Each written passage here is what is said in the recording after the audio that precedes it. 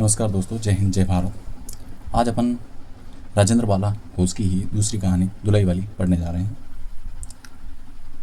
यह कहानी 1907 में सरस्वती में प्रकाशित हुई। इस कहानी में बंसीधर और नवल किशोर नामक दो मित्रों का मनोरंजन पूर्ण मजाक उद्देश्य से लिखी गई यह कहानी है। यह कहानी मनोविश्लेषणात्मक और हास्य प्रधान शैली में लिखी गई है। इस कहानी के मुख्य बिंदु है हिंदी की आरंभिक कहानियों में से मानी जाती हैं। इस कहानी का आधार मनोरंजन है। कहानी हास्य का पुट लिए हुए हैं। नवविवाहिता घनिष्ठ मित्रों की कथा है। कहानी की प्रमुख विशेषता यह है कि रचनाकार हास्य सर्जन की परंपरा से हटकर मौलिकता एवं कल्पनाशीलता का अद्भुत प्रयोग किया है। काशी और उसके आसपास के जनजीवन व स्त्री पुरुष की सोच तथा मनोभावों का स्वाभाविक चित्रण मिलता है। विदेशी वस्तुओं के प्रयोग पर व्यंग्य है। कहानी की शुरुआत काशी के दशाश्वमेध घाट से शुरू होकर इलाहाबाद में खत्म होती। इसमें पात्र हैं बंसीधर, जानकी देई जो बंसीधर की पत्नी है, सीता जानकी की बहन है, नवल किशोर बंसीधर का ममेरा भाई है। इस कहानी में स्थान आए हुए हैं काशी, इलाहाबाद, कलकत्ता, आगरा, मुगल सराय, दशाश्वमेध घाट, ग्वादोलिया, बनारस में है जो दुलई का अर्थ होता है चादर या चुनरी, जिससे अपन घूंघट से ढकते हैं। एक पात्र है कहारिन जो कि सीता और जानकी देई के घर पे काम करने वाली है। मूल कहानी काशी के दशाश्वमेध घाट पर स्नान करके एक मनुष्य बड़ी व्यग्रता के साथ ग्वादोलिया की तरफ आ रहा था। कहानी का पहला वाक्य तो हमेशा याद रखना, क्योंकि कहानी में मिलान सही पूछे जाते हैं। एक मनुष्य कौन है? जो बंसीधर आ रहा है। हाथ में एक मैली सी तौलिया से लपटी हुई भीगी धोती, दूसरे हाथ में सुरती की गोलियां की कई डिब्बियां और सूंघने की एक पुड़िया थी। काशी के दशाश्वमेध घाट पर स्नान करके ये बंसीधर आ रहा है। इसके हाथ में 3 चीज़ें थी। वो थी एक भीगी हुई धोती, सुरती की गोलियां की कई डिब्बियां और सूंघने की एक पुड़िया था। उस समय 11 बज गए थे। ग्वादोलिया की बाईं तरफ जो गली है उसके भीतर एक और गली में थोड़ी दूर पर एक टूटे से पुराने मकान में वह जा घुसा। मकान के पहले खंड में बहुत अंधेरा था, पर ऊपर की जगह मनुष्य के वासोपयोगी थी। नवागत मनुष्य धड़धड़ाता हुआ ऊपर चढ़ गया। वह एक कोठरी में उसने एक हाथ से चीज़ें रख दी और कहा, सीता सीता कहकर पुकारने लगा।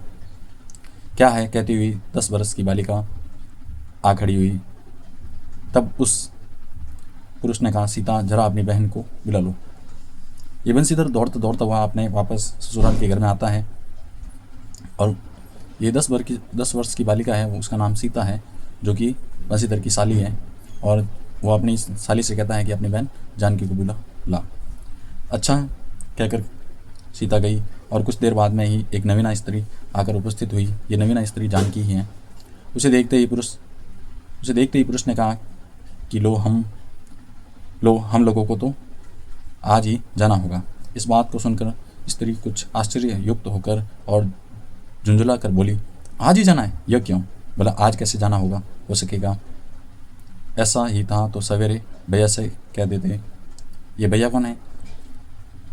ये भैया है बंसीधर के साले साहब। तुम तो जानते ही हो कि मुँह से कह दिया बस छुट्टी। आपको पता नहीं है कि भाई स्त्री का एकदम कहीं भी जाना संभव नहीं है। और सबसे बड़ी बात तो स्त्री जब अपने मायके चली जाती है फिर वहाँ से लाना तो बहुत बड़ी बात है। लड़की कभी विदा की हो तो मालूम होता। आज तो किसी भी सूरत में जाना नहीं हो सकता। ये बंसीधर की पत्नी बोल रही है कि आज तो किसी भी सूरत में नहीं जा सकते। फिर बंसीधर क्या कहता है, तुम आज की कहती हो, हमें तो अभी जाना है। बात यह है कि आज ही नवल किशोर कलकत्ता से आ रहा है। आगरा से अपनी नई बहू को भी साथ ला रहे हैं। सो उन्होंने हमें आज ही जाने के लिए इसरार किया है। हम सब लोग मुगल सराय से ही इलाहाबाद चलेंगे। उनका तार मुझे घर से निकलते ही मिला। इसी से मैं झट नहा धोकर लौट आया। बस अब करना ही क्या है, कपड़े वपड़े जो कुछ हो बांध बूंद कर आधे घंटे में खा पी कर चलो। जब हम तुम्हें विदा करने आए ही हैं तो तब के बदले आज ही सही। कि भाई नवल किशोर आ रहे हैं कलकत्ता से और आगरा से अपनी बहू को लेके आएंगे, फिर अपन दोनों मुगल सराय रेलवे स्टेशन से दोनों ही साथ ही इलाहाबाद चलेंगे।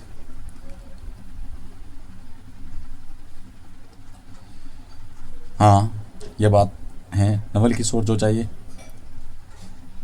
क्या एक ही गाड़ी में न जाने से दोस्ती में बट्टा लग जाएगा? ये कौन कह रही है? जानकी कह रही है कि एक ही गाड़ी में नहीं जाएंगे तो क्या आपकी दोस्ती आधी हो जाएगी क्या? अब तो किसी तरह रुकोगे नहीं, ज़रूर ही उनके साथ ही जाओगे। मेरी तो नाकों में दम आ जाएगी। कौन बोल रही है? ये जानकी बोल रही है। क्यों? किस बात से? उनकी हंसी से। जानकी को नवल किशोर की हंसी से बहुत नफरत है। हंसी ठट्ठा भी राह में अच्छी लगती है। उनकी हंसी मुझे अच्छी नहीं बाती। ये कौन कह रही है? जानकी कि मेरे आपको आपकी हंसी मेरे को, ये आपके मित्र की हंसी मेरे को अच्छी नहीं लगती। एक रोज़ मैं चौक में बैठी पूड़ियाँ काट रही थी कि इतने में न जाने कहाँ से नवल किशोर आकर चिल्लाने लगे, ए बुआ देखो तुम्हारी बहू पूड़ियाँ खा रही है। मैं तो मारे शर्म से मर गई।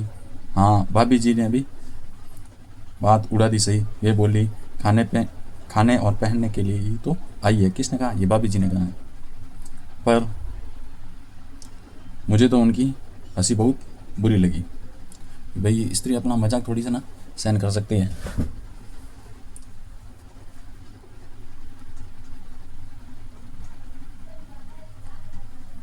बस इसी से तुम उनके साथ नहीं जाना चाहती? अच्छा चलो, मैं नवल किशोर को कह दूंगा कि यह बेचारी कभी रोटी तो खाती ही नहीं, पूड़ी क्यों खाने लगी। इतना कहकर बंसीधर कोठरी के बाहर चला गया और बोला, मैं तुम्हारे भैया के पास जाता हूँ, तुम रो रला कर तैयार हो जाना। कि भाई मैं तेरे भाई के पास जाता हूँ, तुम स्त्रियों को जैसे कि पहली बार अपने ससुराल जाती है, पहली दूसरी बार तो वो रोने धोने वाली प्रक्रिया होती है, वो पूरी करके आ जाना।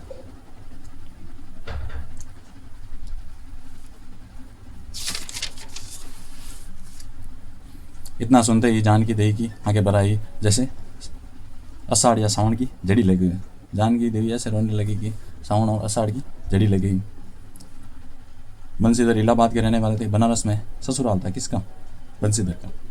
स्त्री को विदा करने आए हैं, मतलब स्त्री को लेने आए हैं। ससुराल में एक साली और एक सास के सिवा कोई नहीं है। नवल किशोर इनके दूर के नाते के मेरे भाई हैं, पर दोनों में मित्रता का ख्याल अधिक है तो दोनों मामा के लड़के के भाई हैं, लेकिन दोनों में मित्रता बहुत गहरी है। दोनों में गहरी मित्रता है। दोनों एक जान दो काली बे, मतलब दो दिल और एक जान है, वो वाली मित्रता है इन दोनों के बीच में। उसी दिन बंसीधर का जाना स्थिर हो गया। सीता बहन के संग जाने के लिए रोने लगी कि बहन जा रही है तो मैं भी जाऊंगी। माँ रोती रोती लड़की को विदा करने की सामग्री इकट्ठी करने लगी। जानकी देवी भी रोती रोती ही तैयार होने लगी। कोई चीज़ भूलने पर धीमी आवाज़ से माँ याद भी दिलाती रही। 1 बजने पर स्टेशन जाने का समय आया। 1 बजने पर स्टेशन जाने का समय हो गया। अब गाड़ी या इक्का लाने कौन जाए? ससुराल वालों की अवस्था अब आगे सी नहीं रही। 2-4 नौकर चाकर हर समय बने रहते थे। सीता के बाप भी न रहने से काम बिगड़ गया। पैसे वाले के यहाँ नौकर चाकरों के सिवा और 2-4 खुशामत घेरे रहते हैं। चूचे को कौन पूछे, मतलब गरीब आदमी को कौन पूछे भाई। पहले वाली स्थिति इनके बंसीधर के ससुराल वालों की अब नहीं है। पहले बहुत पैसे वाले थे, लेकिन अब थोड़े कम पैसे वाले हैं। कहारिन है, 1-2-4 नौकर चाकर तो नहीं है, लेकिन एक कहारिन है सफाई कर्मचारी। सो भी इस समय कहीं गई हुई है। वो भी गाड़ी लेने कैसे जाए, वो भी इधर उधर गई हुई है। साले साहब की तबीयत अच्छी नहीं है, वे भी हर घड़ी बिछोने से बातें करते हैं, मतलब बिछोने पे तबीयत खराब नहीं, सही नहीं है तो सोते रहते हैं। इस पर भी आप कहने लगे, मैं धीरे धीरे जाकर कोई सवारी ले आता हूँ, नज़दीक तो है। बंसीधर कहता है, मैं कोई जल्दी जाकर सवारी ले आता हूँ, नज़दीक ही है। बंसीधर बोले, नहीं, तुम क्यों तकलीफ करोगे, मैं ही जाता हूँ। जाते जाते बंसीधर विचारने लगे कि 21 की सवारी तो भले स्त्रियों के बैठने के लायक नहीं होती, एक तो इतने ऊंचे पे बैठना पड़ता है और दूसरा पराये पुरुषों के संग बैठना पड़ता है। एक एक की सवारी करते हैं तो फिर वो क्या, वो बंसीधर को लगता है कि एक तो ज़्यादा ऊंचा बैठना पड़ता है और दूसरा पराये मर्दों के साथ बैठना पड़ता है। मैं एक पाल की गाड़ी ही कर लेता हूँ, उसमें सब तरह का आराम रहता है। पर जब गाड़ी वाले ने 1.5 रुपये किराया मांगा तब बंसीधर ने कहा चलो इक्का ही सही। पालकी वाली गाड़ी ने कितना किराया बताया, 1.5 रुपया। तो फिर उसका मन बदल गया कि नहीं अब तो इक्के से ही चलेंगे, भले ऊंचा बैठना पड़े या पराये पुरुषों के संग। पहुंचने से काम है, अपने को गाड़ी से क्या लेना देना है, ये तो कह रहा है कि अपने को पहुंचने से काम है। कुछ नवल किशोर तो यहाँ से साथ है ही नहीं, इलाहाबाद में देखा जाएगा। इलाहाबाद में देखा जाएगा भाई, यहाँ से तो कोई भी गाड़ी में चले जाएं। बंसीधर इक्का ले आया, बंसीधर इक्का ले आया और जो कुछ असबाब था, असबाब यानी सामान, इक्के पर रखकर आप ही बैठ गए। जानकी देवी बड़ी विकलता से रोती हुई इक्के पर बैठ गई। जब इस अस्थिर संसार में स्थिरता कहाँ, जो यहाँ कुछ भी स्थिर नहीं है। ये सबसे लाइन वेरी वेरी इंपॉर्टेंट है इस कहानी की, कि संसार, इस अस्थिर संसार में स्थिरता कहाँ, यहाँ कुछ भी स्थिर नहीं है। इक्का जैसे जैसे आगे बढ़ता गया वैसे वैसे जानकी देवी की रुलाई भी कम होती गई। सिकरोल के स्टेशन के पास पहुँचते पहुँचते जानकी अपनी आँखें पहुँचकर अच्छी तरह से पहुँच गई थी। सिकरोल रेलवे स्टेशन आया, वहाँ आते आते जानकी देवी भी अपनी आँखें पहुँचकर एकदम चुप हो गई। दोनों चुपचाप चले जा रहे थे कि अचानक बंसीधर की नज़र अपनी धोती पर पड़ी और अरे एक बात तो हम भूल ही गए कहकर पछता उठे। इक्के वाले से कान बचाकर जानकी देवी ने पूछा क्या हुआ, क्या कोई ज़रूरी चीज़ भूल आए? कि भाई आप क्या भूल आए ऐसी? नहीं नहीं, एक देसी धोती पहन कर आना था, सो विलायती धोती ही पहन आए। कि भाई अपने को देसी धोती पहननी थी, क्योंकि उसका जो मेरा भाई है या दोस्त है वो तो कट्टर स्वदेशी है, इसलिए ये विलायती धोती पहन ली मैंने। तो इसकी जगह मेरे को क्या देसी धोती पहननी है, आनी चाहिए थी। ये स्वदेश प्रेम की बात कर रहा है। नवल कट्टर स्वदेशी है, वे बंगालियों से भी बढ़कर है, मतलब ये स्वदेशी के मामले बंगालियों से भी बढ़कर है। ये सवाल पूछे जाए तो ये नवल आएगा उत्तर, नवल। वे बंगालियों से बढ़कर है तो ये नवल है। देखेंगे तो 2-4 सुनाए बिना नहीं रहेंगे। और बात भी ठीक है, नाहक विलायती चीज़ें मोल लेकर क्यों रुपयों की बर्बादी की जाए। देसी लेने में दाम भी सही लगेगा, पर रहेगा तो देश में। ये स्वदेश प्रेम की बात कर रहा है बंसीधर। जानकी जरा बाएं टेढ़ी करके बोली, धोती तो धोती पहनने से काम, क्या ये बुरी है? इतने में स्टेशन के कुलियों ने आ घेरा। बंसीधर एक कुली करके चले। इतने में इक्के वाले ने कहा, टिकट इधर से मत लेते जाइए, पुल के उस पार तो 1.5 दर्जे का टिकट मिलता है। ये इक्के वाला कह रहा है कि वहाँ पे तो फर्स्ट क्लास AC वगैरह के या ऐसे 1.5 दर्जे का टिकट मिलता है। बंसीधर फिर कर बोले, अगर मैं 1.5 दर्जे का टिकट लूँ तो? इक्के वाला चुप हो गया। इक्के की सवारी को देखकर इसने ऐसा कहा कि भाई आप इक्के में आए इसलिए मैंने ऐसा बोला। यह कहते हुए बंसीधर आगे बढ़ गए। यथा समय रेल पर बैठकर बंसीधर राजघाट पार करके मुगल सराय पहुँचे। राजघाट पार करके मुगल सराय पहुँचे, वहाँ पुल लांघ कर दूसरे प्लेटफॉर्म पर जा बैठे। आप नवल से मिलने की खुशी में प्लेटफॉर्म के इस छोर से उस छोर तक टहलते रहे। देखते देखते गाड़ी का धुआं दिखलाई पड़ा। मुसाफिर अपनी अपनी गठरी संभालने लगे। रेल देवी भी अपनी धीमी चाल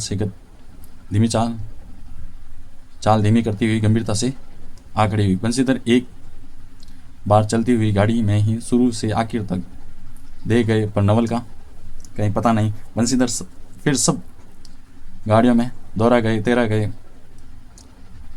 भीतर घुस कर एक एक डब्बे को देखा, किंतु नवल न मिले।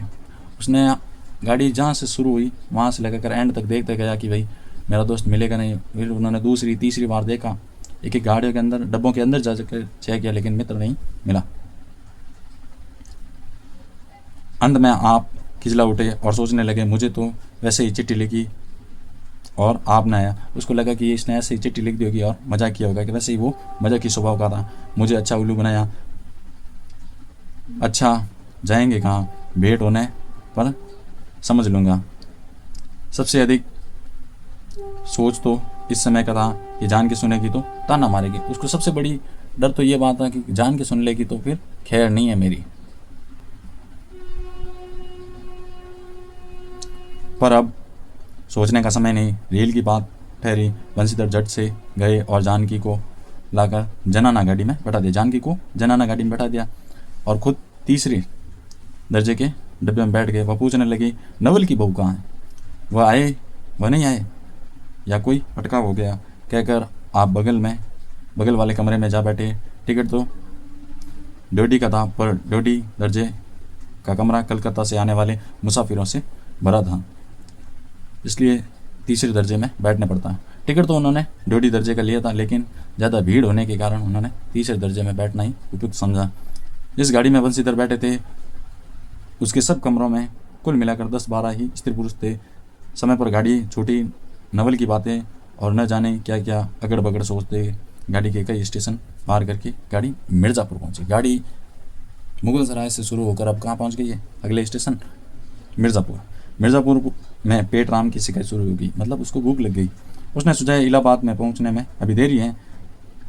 चलने के झंझट में अच्छी तरह से उसकी पूजा किए बिना ही बंसीधर ने बनारस छोड़ दिया। उसकी मतलब पेट की पूजा किए बिना ही छोड़ दिया था इसको, बनारस को। इसलिए आप झट से प्लेटफॉर्म पर उतरे और पानी के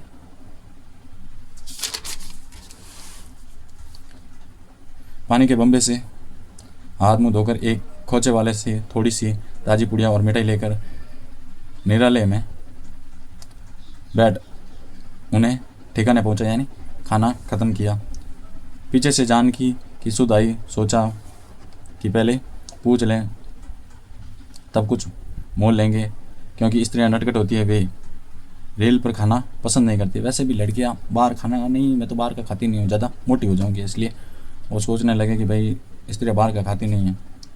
पूछने पर वही बात हुई, मतलब वो मना कर दिया खाने से। तब बंसीधर लौट कर अपने कमरे में आ गए, कमरे यानी डब्बे में आ गए। यदि वे चाहते तो इस समय ड्योडी में बैठ जाते, क्योंकि अब भीड़ कम हो गई थी, पर उन्होंने कहा थोड़ी देर के लिए, अब कौन बखेड़ा करे। बंसीधर अपने कमरे में बैठे तो एक दो मुसाफिर अधिक देख पड़े। आगे वालों में से एक भी उतर गया। जो लोग थे सब तीसरे दर्जे के योग्य जान पड़ते थे। उस डब्बे में जितने भी लोग थे वो तीसरे दर्जे के जान पड़ते थे, लेकिन बंसीधर ड्योडी दर्जे के थे, लेकिन फिर भी उन्होंने तीसरे दर्जे में बैठे हुए थे। सबसे अधिक कोई सभ्य थे तो वो बंसीधर ही थे। उनके कमरे में एक भले घर की स्त्री बैठी थी। वह बेचारी सिर से पैर तक ओढ़े, सिर झुकाए, एक हाथ लंबा घूंघट काटे। कितना लंबा? 1 हाथ लंबा घूंघट काटे।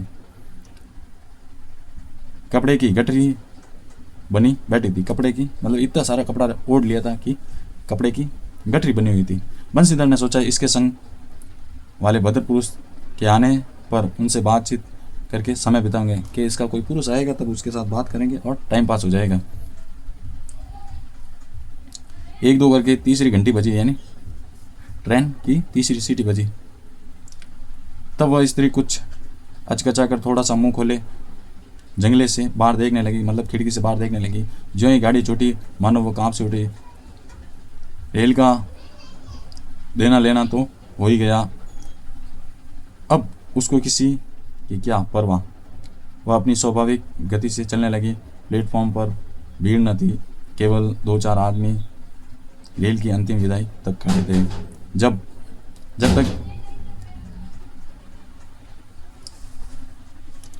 तक स्टेशन दिखाई दिया तब तक वह बेचारी बार ही बार देखती रही। फिर अस्पष्ट स्वर में रोने लगी। उसको लगता है कि मेरे पति कहीं पीछे छूट गए हैं। उस समय कमरे में 3-4 प्रौढ़ा ग्रामीण स्त्रियां भी थी। एक जो उसके पास ही थी कहने लगी, अरे इनकर मनई तो ना ही आइलैंड हो, देखो रोवल कर थाई ना। दूसरी स्त्री बोली, अरे दूसरी गाड़ी में बैठ गया होगा, मतलब दूसरे डब्बे में बैठ गया होगा। पहली बोली, दूर बो रही ई जनानी गाड़ी थोड़े है। दूसरी स्त्री बोली, तब हो भलो हुई कहू। कहकर दूसरी भद्र महिला पूछने लगी, कौन गांव? उतरबू बेटा। मिर्जेपुर। चढ़ी हो ना। इसके जवाब में उसने जो कहा सो वह सुन न सकी। तब पहली बोली, हट, हम पूछी लेना, हम कहाँ उतरबू हो, आए इलाहाबाद। दूसरी, इलाहाबाद कौन गांव हो गैया।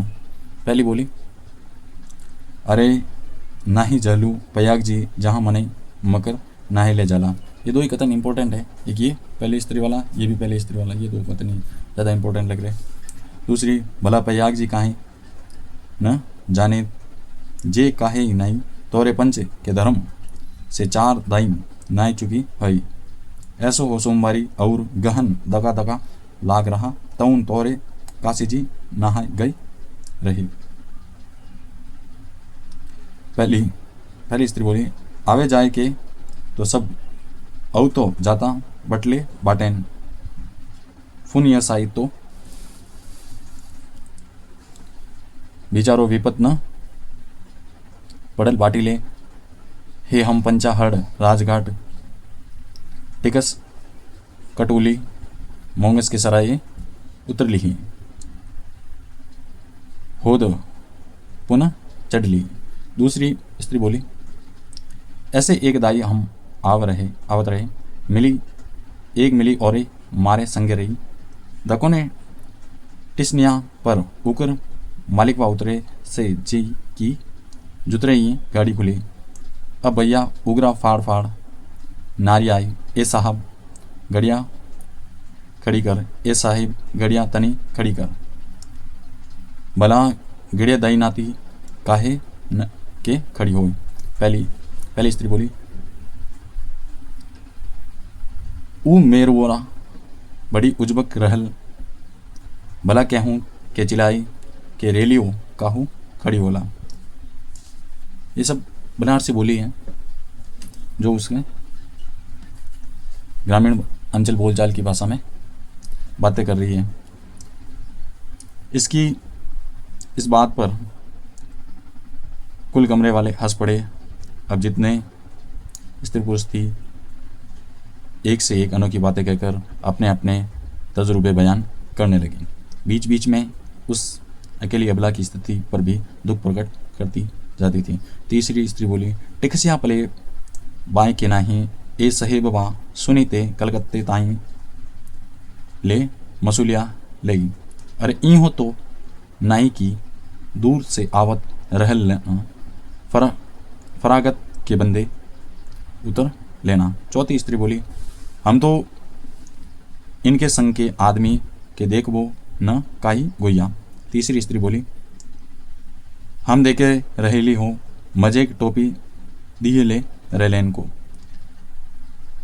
इस तरह उनकी बेसिर पैर की बातें सुनते सुनते बंसीधर ऊब उठे। तब वे उन स्त्रियों से कहने लगे, तुम तो नाहक उन्हें और भी डरा रही हो। ज़रूर इलाहाबाद तार गया होगा और दूसरी गाड़ी से वे पहुंच भी गए होंगे। मैं भी इलाहाबाद ही जा रहा हूं। मेरे संग भी स्त्रियां हैं जो ऐसा ही हैं।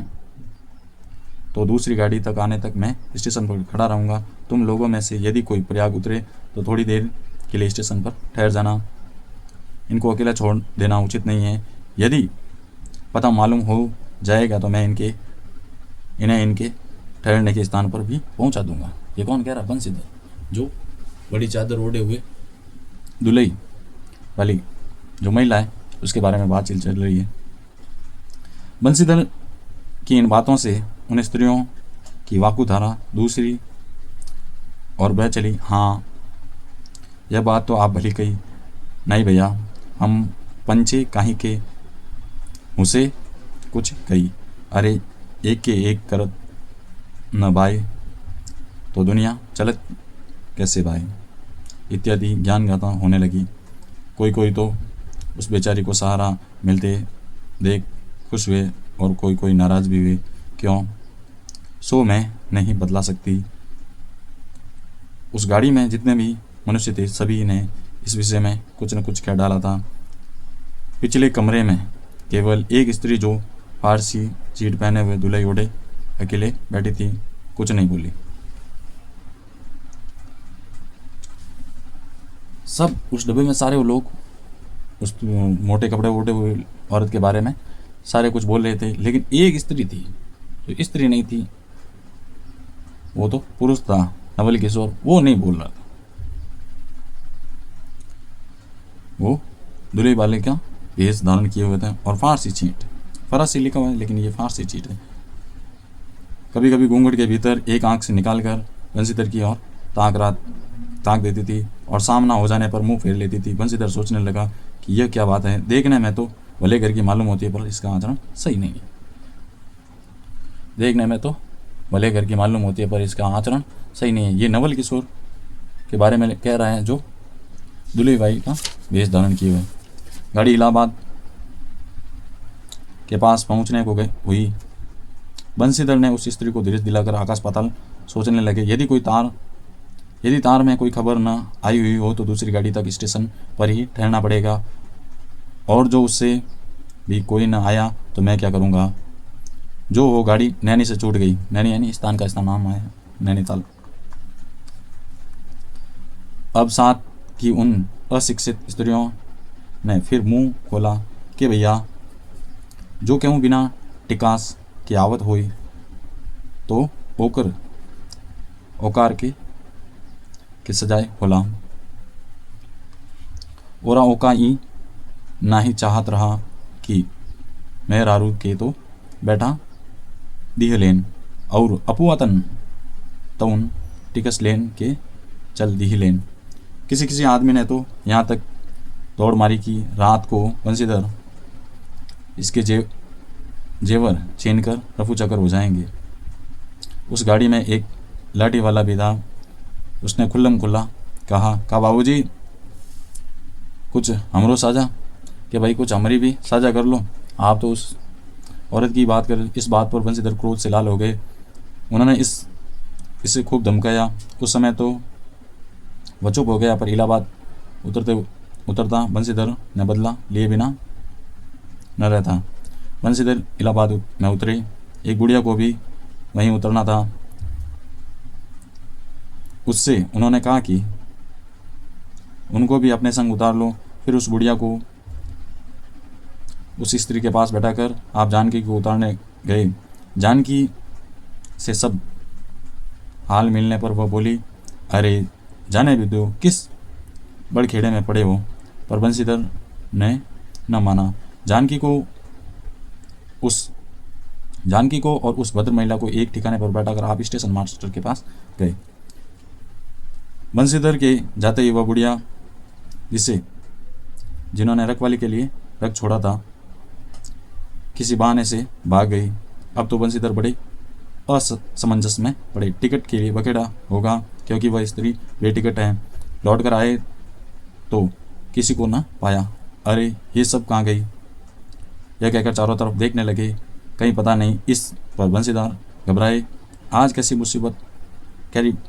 कैसी बुरी सैयत में घर से निकले हैं कि एक के बाद दूसरी आफत में फंसते चले आ रहे हैं। इतने में ही अपने सामने से उस दुल्हे वाली बातें देखा तो तू ही उन खतरियों को कहीं ले गई है। इतना कहना था कि दुल्हई से मुंह खोलकर बंसीधर खिलखिला उठे और वो वेश धारण किए हुए नवल किशोर एकदम अपना पर्दा हटाया। अरे यह क्या,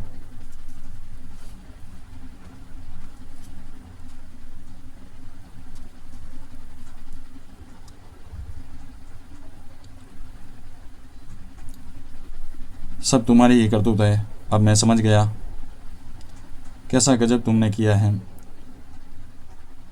ऐसी हंसी मुझे अच्छी नहीं लगती। मालूम होता है कि तुम्हारी बहू थी। अच्छा तो वे गई कहाँ? वे लोग तो पाल की गाड़ी में बैठी हैं, तुम भी चलो। नहीं, मैं सब हाल सुन लूँगा तब चलूँगा। हाँ, यह तो कहे तुम मिर्ज़ापुर से कहाँ से आ निकले? मिर्ज़ापुर नहीं, मैं कलकत्ते से। बल्कि मुगल सराय से तुम्हारे साथ आ रहा हूँ। वो कह रहा है कलकत्ता से नहीं, मैं तो मुगल सराय से ही तुम्हारे साथ से आ रहा हूँ। जब तुम मुगल सराय में मेरे लिए चक्कर का लगाते तब मैं ड्यूटी दर्जे के ऊपर वाले बेंच पर लेटा तुम्हारा तमाशा देख रहा था। इसको मजाक बहुत पसंद है, इसको मतलब। फिर मिर्ज़ापुर में जब तुम पेट के धंधे में लगे थे तब मैं तुम्हारे पास से निकल गया, पर तुमने न देखा। मैं तुम्हारी गाड़ी में जा बैठा, सोचा कि तुम्हारे